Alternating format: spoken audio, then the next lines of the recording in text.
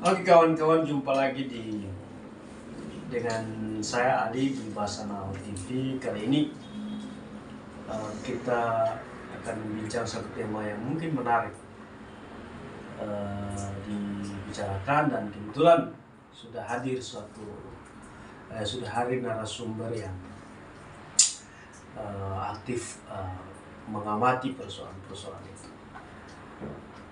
Kita tahu bahwa kurang lebih jelang sebulan ini sampai sekarang polemik pemindahan ibu kota itu terus menjadi perbincangan publik. Lalu kemudian pertanyaannya, ketika pemindahan ibu kota itu berlangsung, maka status Jakarta sebagai ibu kota negara secara otomatis akan dicabut. Nah, sehingga hari ini kemudian perbincangannya muncul lagi terkait dengan daerah khusus Jakarta. Ada kekhususan yang kemudian akan tetap dipertahankan di ibu kota Jakarta. Nah,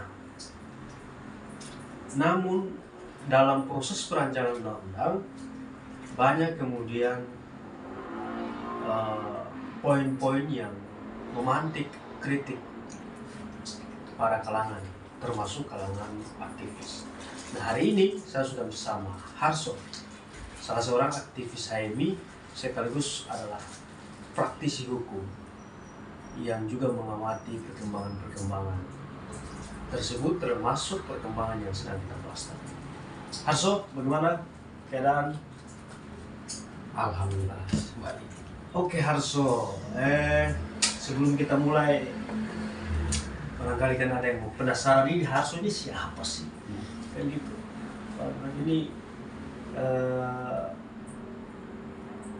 Ini Harso siapa? Nah, itulah yang harus cerita sama teman-teman langsung kan. Teman-teman, kalau mau tahu saya seorang aktivis nasional dan seorang aktivis HMI, dan saya praktisi hukum, seorang pengacara. Oke. Nah teman-teman, jadi kalau mau teman beracara, silakan aja hubungi saya. Asik, kalau mau beracara hubungi saya. Berarti Harso udah PKPA ya? Udah selesai. Ya. Tahun berapa ya? PKPA-nya 2021. Sumpah 2022. Setahun ya? Setahun. Dan sekarang udah bisa beracara? Sekarang udah bisa beracara. Oke. Terus di HMI, Harso di HMI udah dari tahun berapa? Kalau saya masuk HMI itu 2015. 2015. Cabang Jakarta ya? Cabang Jakarta. Jadi orang kenal Harso dari cabang Jakarta? Dari cabang Jakarta. Aktivis cabang Jakarta. Ada nakal-nakalnya nggak? Ada ya? Jadi kalau di HMI itu ya luar biasa kalau kita ber-HMI. Apa yang luar biasanya? Karena kita sebagai mahasiswa itu ya harus berorganisasi, dan HMI itu salah satu pintu gerbang untuk kita mengenal bagaimana ketokohan kita itu di HMI sebenarnya. Dan saya ajak teman-teman tuh, kalau mahasiswa baru jangan sebagai mahasiswa kupu-kupu, tapi lihat organisasi manapun yang kalian ada di situ, kalian masuk. Kita mau tahu bagaimana negara itu di organisasi, mau tahu politik itu semua di organisasi. Kita belajar di situ, teman-teman mahasiswa. Berarti HMI sudah memberikan yang terbaik untuk Harso di situ ya? HMI membuat yang terbaik untuk mahasiswa. Punya cerita-cerita ya? Punya cerita-cerita. Dan banyak toko-toko. Kan dari 2015 tuh, kemudian nanti jadi pengurus di cabang itu sejak kapan? Kalau saya masuk, pertama saya komisariat Universitas Muhammadiyah Jakarta. Universitas Muhammadiyah Jakarta. Ketua Komisariat? Ketua Komisariat. Oke. Terus masuk ke cabang 2018. Terus? Jadi kalau hitung-hitungan saya 3 periode di cabang. 3 periode. 3 periode di cabang di Jakarta. Lama banget ya. Lama. Satu periode cabang itu 1 tahun. 1 tahun. Berarti kurang lebih 3 tahun. 3 tahun di cabang. Dan sekarang masih aktif di HMI. Sekarang masih aktif di HMI sebagai pengurus besar HMI. Pengurus besar HMI. Pengurus besar HMI. Di Komisi Hukum dan Hak Asasi Manusia. Komisi Hukum dan Hak Asasi Manusia. Oke kawan-kawan, itu perkenalan kecil, perkenalan singkat mengenai Harso. Mungkin ada tambahan lagi, So. Perkenalan buat teman-teman Masanao TV yang bisa menyaksikan Harso. Ini orangnya kayak gimana? Nah, kalau saya sendiri, kalau lihat dari wajah pasti saya orang Timur, orang Maluku. Orang Timur ya. Dan Harso orang Timur. Orang Timur. Oke. Dan orang Timur itu orang keren-keren semua, manis-manis semua. Asik. Asik. Oke, Harso dari Timur mana, So? Saya dari Timur, Maluku Tenggara, Kepulauan Kei. Kepulauan Kei. Itu asli. Udah lama tanah kelahiran merantau. saya. Udah lama merantau sini. Kalau saya merantau di Jakarta dari 2014. Itu saya sudah di Jakarta. Lama juga ya. Lama. Sekarang udah berapa tahun? Sekarang sekitar ya, itu 9 tahun atau 10 tahun saya di Jakarta ini. Lama ya. Harso masih terus bertahan atau gimana? Nah, kalau kita sebagai perantau ya pantang mundur Pantang mundur. sebelum sukses. Oke. Itu aja. Oke, kawan-kawan, itu sedikit perkenalan singkat dari Harso. Mudah-mudahan nanti kalau teman-teman masih kurang perkenalannya bisa nanti kontak-kontak ya. Kalau Harso hubungin saja HMI cabang Jakarta, udah tahu tuh Harso itu kayak gimana. Oke, kawan-kawan, terkait kita kembali pada topik tadi, Harso, bahwa ada rancangan undang-undang yang kemudian ingin mengisahkan daerah khusus Jakarta.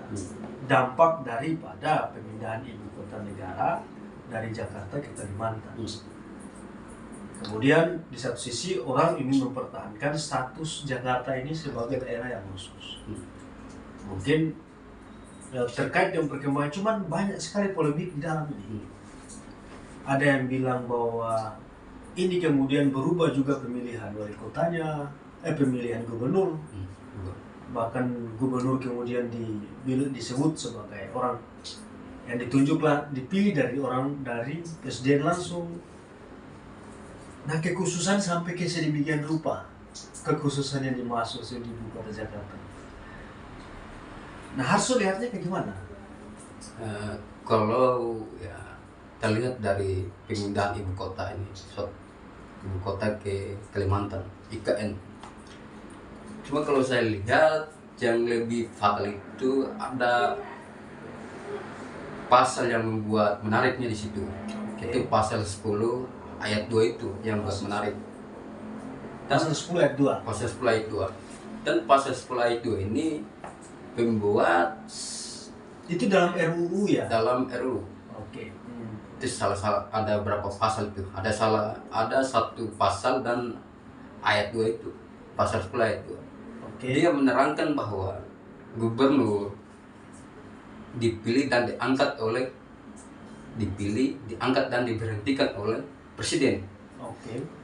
Berarti kalau kita lihat kembali ke masalah demokrasi kita, itu seakan-akan pilkada itu akan hilang.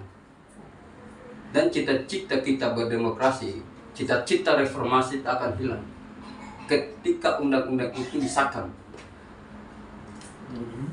Maka ya kita sebagai seorang aktivis, seorang gerakan ya melihat ini tidak wajar sebenarnya. Tidak wajar. Tidak wajar. Karena undang-undang ini berdiri itu membuat konflik antar anak-anak bangsa, terutama anak bangsa, dan pasti konflik di daerah-daerah mengenai undang-undang ini. Pasti konflik daerah. Pasti konflik. Jadi Berarti soal pemilihan yang ditunjuk oleh presiden itu menurut Harso itu bermasalah. Kalau menurut saya bermasalah bagi negara.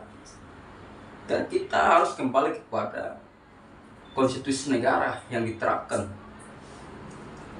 UUD 45.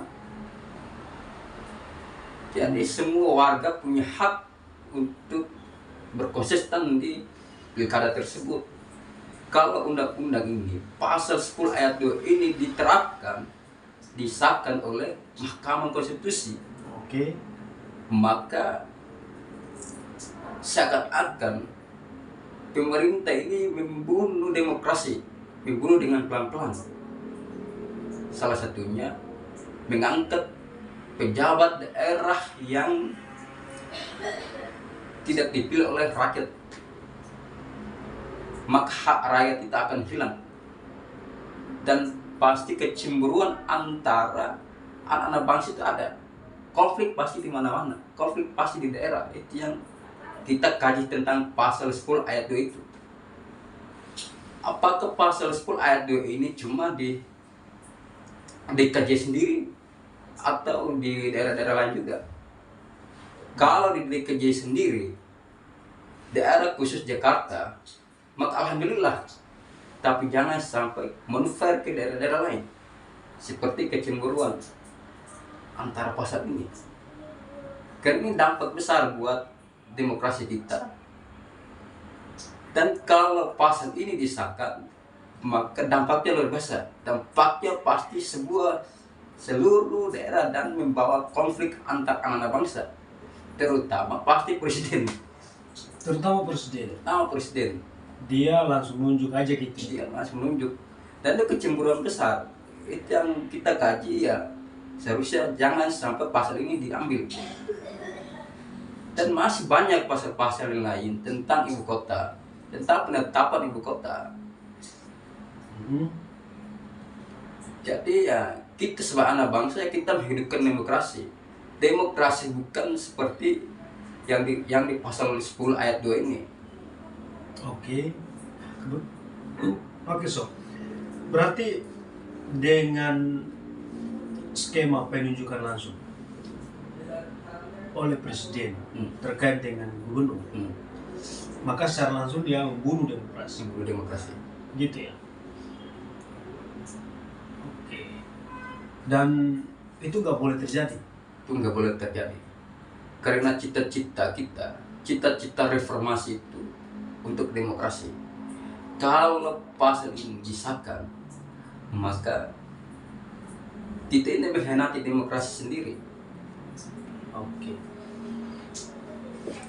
Dan kita tahu bahwa aktivis 98, senior kita di aktivis 98 itu, mereka tidak memperjuangkan selain memperjuangkan reformasi. Reformasi ini untuk sekarang yang kita menikmati, baru kita mengkhianati reformasi tersebut. Maka kita tidak menghormati perjuangan tersebut. Karena itu perjuangan bukan perjuangan kecil, perjuangan besar. Untuk hari ini kita menikmati, hari ini semua daerah menikmati sampai ke Senayan. Jangan sampai kita kembali ke Orde Baru. Itu yang dikhawatirkan. Jangan sampai darah-darah perjuangan itu menetes lagi di zaman sekarang ini. Jangan sampai pasal ini membuat konflik besar. Oke. Dan kita mencegah di situ. Dan kita lihat bahwa di media-media itu sudah banyak yang tolak dan pro dan kontra. Salah satu partai itu kontra karena pasal tersebut. Ya kita dukung untuk pasal ini dicegah. Sebelum disahkan harus dicegah dulu. Harus dicegah. Jangan sampai pasal ini membuat pro kontra dan kawan-kawan mahasiswa turun lagi ke jalan gitu. Dan hari ini kita lihat bahwa demokrasi kita ini subur, berjalan dengan baik. Ya kita harus menikmati. Karena ini perjuangan reformasi yang kita harus nikmati hari ini. Tetapi kalau pas ini naik jadi gubernur dipilih oleh presiden. maka itu faktor besar bagi demokrasi kita. Itu mematikan demokrasi dan mematikan pemilu khususnya di DKJ tersebut, Dan berpotensi orang-orang tertentu yang akan orang-orang tertentu yang dapat. Ini kembali ke zaman dulu ya. Ya kita pasti kembali ke sana. Dan jangan sampai pasal ini membuat kita lari ke zaman-zaman dulu kala. Karena kita hari ini menikmati demokrasi, menikmati pesta yang dibilang pesta demokrasi, ya hari ini kita menikmati. Dan hari ini kita lihat bahwa kontestan kita ada 3 orang yang kita menikmati hari ini, ya perjuangan demokrasi itu, perjuangan reformasi itu kayak kita. Ya kita sebagai anak muda, ya kita rawatlah demokrasi, rawatlah reformasi itu. Dan perjuangan itu ya harus kita membuat sebagai sejarah, bahwa sejarah kelam itu jangan kita lari ke situ lagi, tapi kita lihat dari sejarah itu ya harus kita berjalan dengan menikmati bagaimana demokrasi tersebut yang berjalan selama ini. Oke. Gitu ya. Nah, itu terkait dengan pasal itu ya. Pasal bahwa 10 ayat 2 itu. Pasal 10 ayat 2 berarti harus ditolak. Harus ditolak.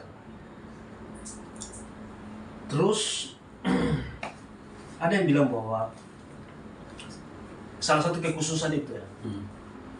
Artinya ada yang khawatir bahwa ketika pasal itu diterapin di ibu kota, diterapin di Jakarta sebagai pusat, yang tadi pusat ibu kota, ya, pusat sejarah ya, sejarah.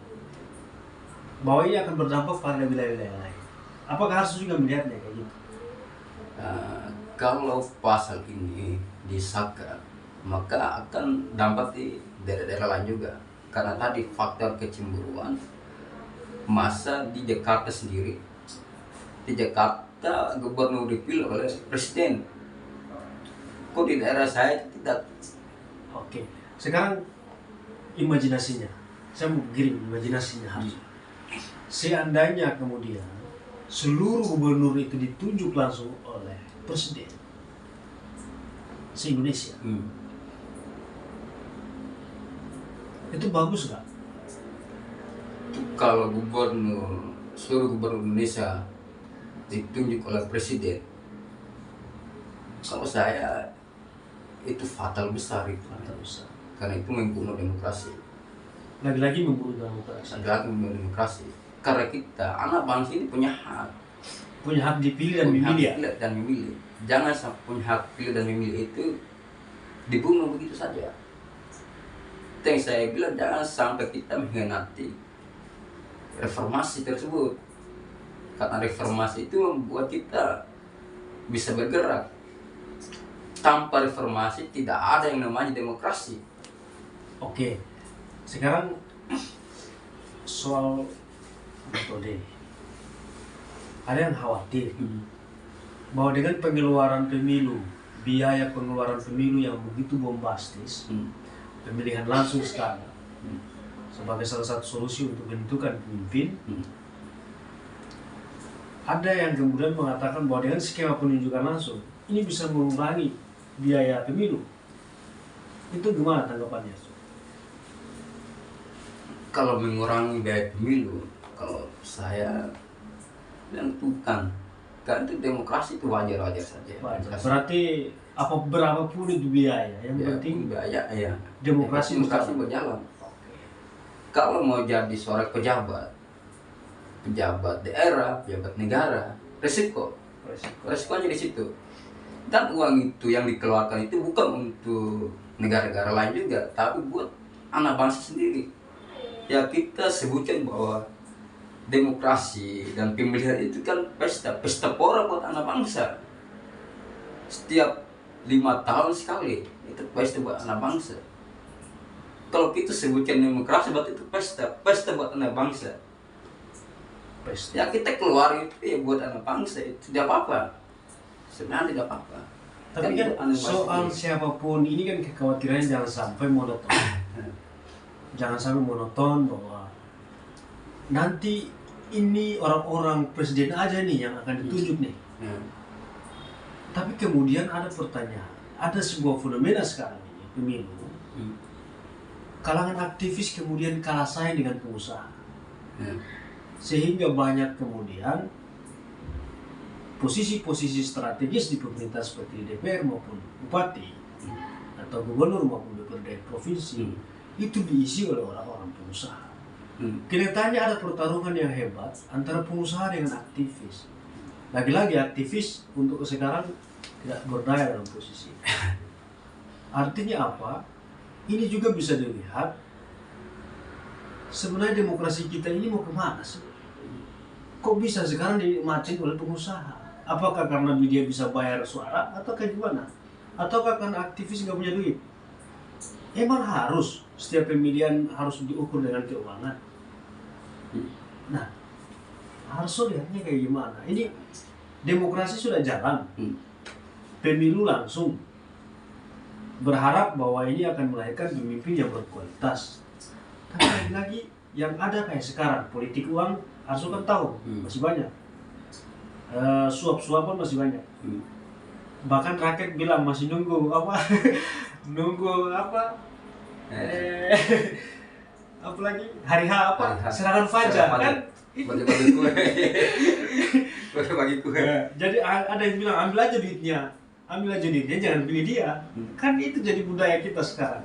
Nah, harus lihatnya kayak gimana ini, Mbak. Kan aktivis ini kan juga layak dong jadi DPR yang harus dipilih dengan jujur dan adil, transparan. Ini kok pengusaha semua? Ini gimana sih? Nah, itu yang kalau kita lihat sekarang ini kan kita seorang aktivis kalah saingnya di situ. Karena apa? Kita berjuang tapi tidak mengambil momen. Kalau kita berjuang mengambil momen, bukan orang punya duit saja, orang berduit saja yang jadi DPR, bupati dan lain-lain. Tapi kita juga. Cuma karena kita berjuang tapi tidak mengambil momen, yang mereka di situ. Seharusnya kita aktif sini yang di parlemen. Karena kita tapi kan ada duit. Bukan persoalan. Tadi masyarakat bilang kan harus ada serangan fajar kalau kita milih nih. Kalau kita sangat aktif itu bukan itu kalau ya mereka ya harus wajar itu. Kalau kita aktivis ya kita mengambil ya bukan mengambil itu tapi ya mengambil hati rakyat. Masa kita aktivis tidak bisa mengambil hati rakyat?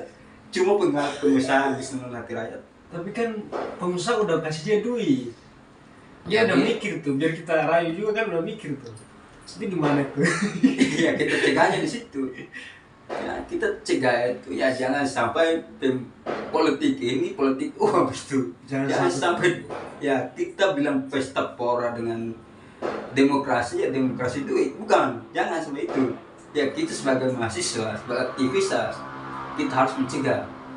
Tapi kan sekarang udah gimana mau cegahnya lo coba? Sampai pemilu 2024 ini juga orang masih khawatir. Bahkan ada yang bilang kalau ada yang kasih duit ambil aja, jangan pilih orangnya kan. Kan bangkit. Berarti kualitas demokrasi kita, kualitas pemilu kita itu sangat mengkhawatirkan. Lantas apakah kemudian solusinya penunjukan langsung? Karena penunjukan langsung dengan pemilihan langsung ini hanya persoalan metode. Tapi soal perwakilan demokrasi mungkin itu tergantung cara pandang. Tapi lagi-lagi karena harus bilang penunjukan langsung itu berbahaya ya. Berbahaya karena bisa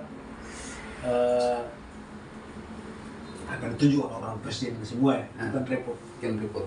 Itu yang saya bilang. Kalau persoalan uang dan tidak ada uang, tapi kalau demokrasi berjalan semuanya menikmati. Semuanya punya hak untuk dipilih dan memilih. Kalau sampai demokrasi itu dikediri, maka ya tidak ada yang namanya dipilih dan memilih, tidak ada. Kan demokrasi dibatasi oleh pasal 10 ayat 2 itu. Dan orang-orang ya seperti saya, kalau saya jadi seorang pejabat, orang-orang saya saja yang saya pilih. naik. Dan tidak ada demokrasi. Dan bahkan ya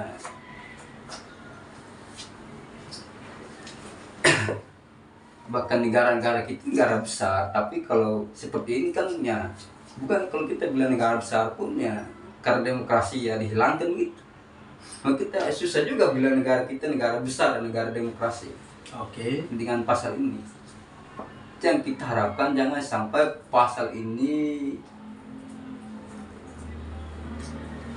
membuat seperti gejolak untuk daerah-daerah lain juga. Dan pasal ini ya cukuplah di ibu kota saja, di Jakarta saja, dan sebatas ini saja. Dan kalau boleh pasal ini ya dihapus saja. Oke, Pak Hasso. Berarti Hasso setuju dengan bahwa ada rancangan undang-undang daerah khusus Jakarta. Nah, Setuju ya? Kalau itu saya setuju. Setuju. Tapi dengan pasal tadi enggak ya? Ya, kalau dengan pasal tadi enggak. Oke. Kemudian berarti solusinya pasti harus pemilihan langsung. Kalau solusinya ya kita kembali lagi ke demokrasi tersebut. Jadi harus ada pesta gitu. Harus pesta. Ada pesta Biar pora. semua nikmati. Biar semua nikmati. Oh. Jangan sampai ya, tadi saya bilang demokrasi itu di Kediri dan tidak ada pilkada di DKJ ini. Itu kan daerah khusus nggak seru ya? Itu nggak seru. Apakah nggak seru karena serangan fajar atau apa nih? Nah, kalau itu bukan persoalan pajak itu kan, tapi serunya daerah-daerah lain masih berdampingan dengan rakyat, Oke. senang-senang dengan rakyat, menatap langsung rakyat, tapi di Jakarta dipilih langsung oleh presiden. Maka kalau kita bilang rakyat ini mau dikemenangkan mereka, sedangkan mereka ini punya hak warga negara gitu. Oke. Dan siapapun yang punya hak untuk jadi gubernur di Jakarta, Jangan dibatasi dong. jangan dibatasi. Kalau dibatasi kan bahaya begitu. Iya, iya. Berarti harus tolak ya. Harus tolak pasal itu. Jangan sampai pasal itu disahkan, bahaya. Oke, so, waktu kita kelihatannya udah sangat terbatas. Ini diskusi-diskusi yang sudah sangat menarik ya tentang RUU DKJ. Tadi udah dijelasin sama pembicara kita tadi bahwa macam-macam ya, nanti teman-teman bisa ikut. Oke, so terakhir kata-kata pesan-pesan buat teman-teman Basenal TV, kira-kira apa? Pesan-pesan dalam hal demokrasi berkaca di yang menjadi perbincangan tadi. Kalau teman-teman, kalau kita mau demokrasi kita subur dan kuat, saya harap teman-teman mengawal pasal 10 ayat 2 ini. Mari kita bersama-sama mengawal untuk menghidupkan demokrasi kita. Dan kita sebagai kaum muda, kita mengawal bukan saja sebatas Jakarta, tapi dari Sabang sampai Merauke kita mengawal.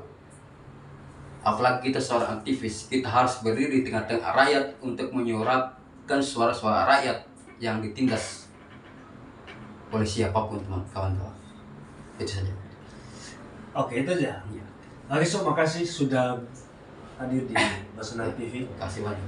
Teman-teman, terima kasih untuk perbincangan kita pada kesempatan ini. Nanti teman-teman bisa saksikan dan cermati, semoga bisa menjadi bahan pertimbangan khususnya teman-teman yang berada pada garis gerakan. Sampai jumpa di lain kesempatan.